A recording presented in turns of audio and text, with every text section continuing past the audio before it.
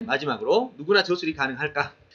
방금 나온 내용들을 한번 잠깐 정리해보면 생산은 인간으로 사는 길에서 정말 생산에 믿을 수 없는 그런 이야기들을 봤습니다.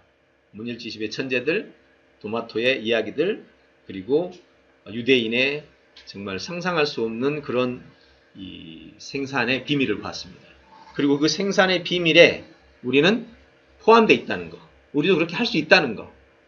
그런데 그 과정에 지금 시대의 흐름으로 봤을 때 저술이라는 단계를 통해서 내가 나를 완성시키고 그 다음에 제 2차 생산으로 넘어가자. 이런 얘기를 했습니다.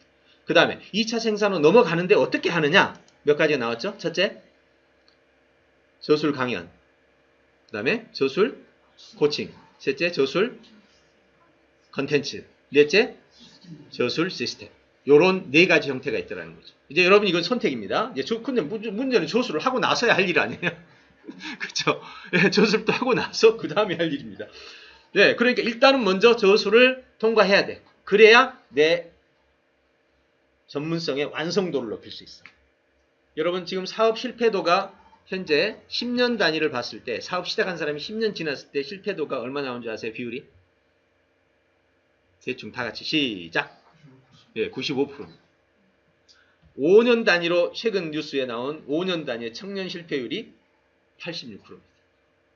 왜 사업을 하는지 몰라. 왜 사업을 하는지 몰라. 그 많은 돈 투자해서 모든 사람 괴롭히는 사업. 그런데 한 분야에 대한 지적 정보가 완성된 사람이 사업을 했을 때 실패율은 반대로 5%. 왜요? 알고 있는데 왜 실패해요? 대부분 사람들이 바로 정보의 누락과 오류와 중복으로 인해서 중복으로 시간 보내고 누락으로 몰라서 실패하고 오류로 실패하는 거죠. 그래서 이제 우리는 생산형 책 쓰기가 필수적으로 가자.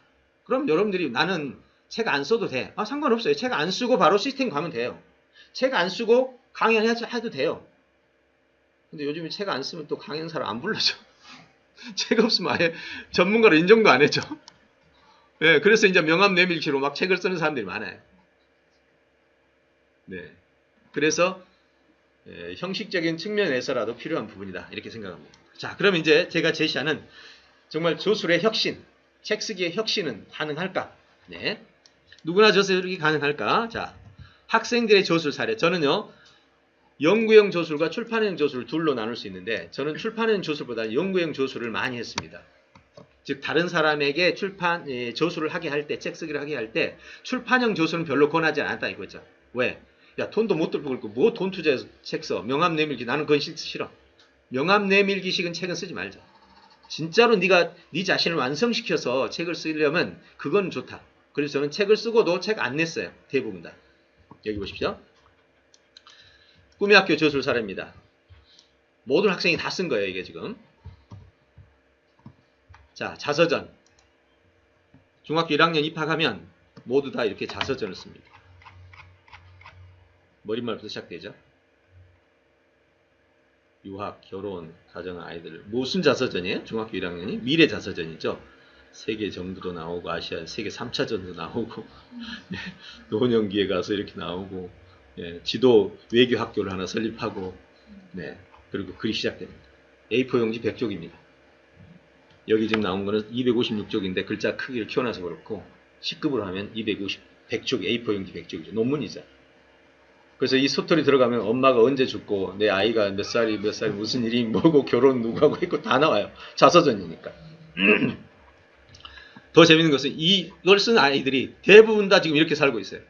지금 한 아이도 자기가 쓴 대로 신학교 가고 왜냐면 너무 자세히 쓰니까 자기 인생이 돼버리는 거예요. 이렇게 해서 쓰는데 어떻게 써요? 이렇게 책을 읽고 설계를 하죠. 마인드맵으로 쫙 한 몇 메타 되는 설계를 해가지고 화살표로 나눕니다. 여기는 세계시장, 여기는 세계정세, 이건 국내정세, 여기는 가족정세, 여기는 사회정세. 나누고 그거를 다 이제 예측을 하는 거죠. 그럼 죽을 때 나이를 결정해서 80세에 죽는다. 80세에 내가 묻던 상태인지를 계산해서 거꾸로 내려오는 거예요. 그럼 현재 상태까지 스토리가 연결돼야지. 갑자기 국무총리 하다가 하는데 그 전에 농부하다고 구문총리 된다. 이건 말이 안 되잖아요. 그러니까 그 스토리를 맞추는 거죠. 이런 다음에 설계가 끝나면 이걸 가지고 글로 쓰기 시작. 모든 학생이 다 썼어요. 제가 학교 설립했을 때는 대안학교였기 때문에 98년 대안학교면요. 97년 간디학교가 1호고 저희가 2호였거든요. 그때만 해도 학교는 전부 우수한 학생이 갔어요. 문자들이 갔어요. 초기에 다 문자들이 갔어요. 그 문자들 데리고 다 썼다니까요. 부모님들이 정말 실신지경이에요. 실신. 어떻게 아이가 가능하죠 이게. 지금 저하고 같이 일하고 있는 유충렬 교수님 그때 자기 딸을 보냈어요. MK였는데 선교사 딸이었거든요. 한글을 잘 못했어. 한글을 못한 애가 써가지고 간 거야. 아버지가 그때부터 저를 자기 딸을 바꿔줬다고. 지금까지 저하고 지금 저희 그 대학 학과 있죠. 대학원 학과 전부 그분이 다 세팅해 준 거예요. 저 아무것도 안 했어요. 진짜 아무것도 안 했어. 학교에 학과를 개설해주고 강의를 하도록 모든 걸 세팅해 준 게 전부 그분이에요. 그리고 그 은혜를 지금도 기억해요. 아이를 하나 바꿔준 게 이렇게 놀라운 거예요. 지금 꿈의 학교를 황성주 생식계 황성주 이사장이 하는데 그때 자기 아들이 와가지고 1년 만에 완전히 바뀌어버린 거예요. 초등학교도 못 다니는 애였거든요. 하도 잘려가지고.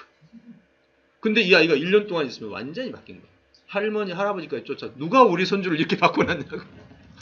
네, 그렇게 많이 바뀌었습니다. 이렇게 이제 훈련을 시킨 거죠.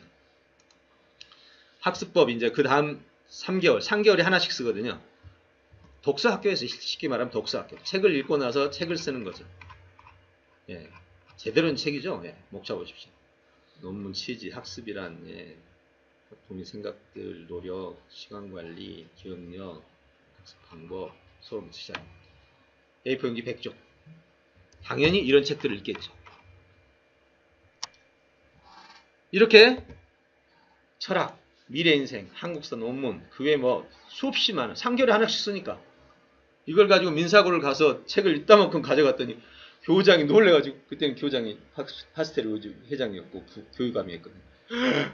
우리 이런 학생들 못 가르쳐요. 우리는 공과 이공계 쪽이. 그래서 지금 이 친구는 그때 고등학교 1학년 다니다 2학년 다니다가 외대 수석으로 들어갔죠. 저희는 학교 공부 안 시켰어. 어떻게 해요? 이렇게 책을 읽고 책을 쓰게 한 다음에 이제 대학 들어갈래? 그럼 이제 학교 중단하고 빨리 입시 공부해라. 우리 안 봐줘요. 그냥 입시 공부 지가 하는 거야. 그래 6개월 만에 해가지고 학교 가든 1년 만에 학교 가든 그건 이제 우리가 관심 끄는 일. 네 알아서 해. 이건. 나는 너에게 이런 능력을 준 거야. 야, 정말 아이들의 역량이 어떻게 바뀌는지. 그때 제가 그 공부를 아주 못한 애가 있었는데 그 아이가 좀 부족했어요. 그 아이만 보면 부모님이 좀 미안했거든요. 한 10년 지나서 그 엄마를 다시 만났어요. 저한테 또 와서 우리 막내 또 좀 해주세요. 그러는 거야. 왜 그러죠? 난 그 아이만 보면 미안했겠는데 그 아이가 학교 졸업하고 나서 머리가 딱 튄 거야. 완전히 바뀌어버린 거야. 그래가지고 그 효과가 늦게 나타난 거지. 아무튼 정말 재미난 그 아이들의 결과들을 봤어요. 아, 인간은 이렇게 바뀔 수 있구나. 그럼 어른은 얼마나 잘 바뀌겠어. 근데 어른이 잘 안 되더라고요. 이유는 그것이 아니고 능력이 없어서가 아니라 시간이 없어요. 시간만 주면 어른들은 더 빨리 바뀌죠. 왜 기초값이 있잖아요. 저는 그 모든 걸 봤습니다. 그래서 제 지인들, 와이프 포함해서 한번 실험을 해봤어요. 이게 제 와이프고 여기 이제 친구였는데 3개월 동안 책을 쓸 수 있는가? 그래서 3개월간 새벽에 바쁘니까 새벽 시간만 3시간씩 이용해가지고 일주일에 한 번. 그리고 나머지는 과제. 그래가지고 결국 쓴 책이 요겁니다. 깨졌네. 아이고, 깨졌네. 그냥 말로 설명할게요.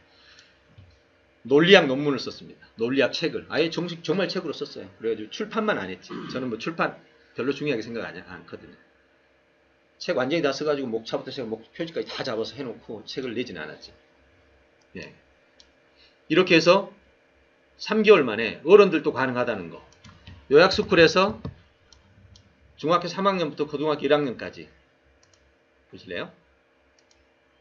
이 아이는 이렇게 썼습니다. 다 똑같이 했어요. 저술 프로젝트 하고 연구 분야 방향 잡고 책 10권. 이 10권을 읽고 이렇게 정리합니다. 서론, 본론, 결론. 자, 서론을 가지고 다시 풀면 정의, 사전적 정의, 연령 규정,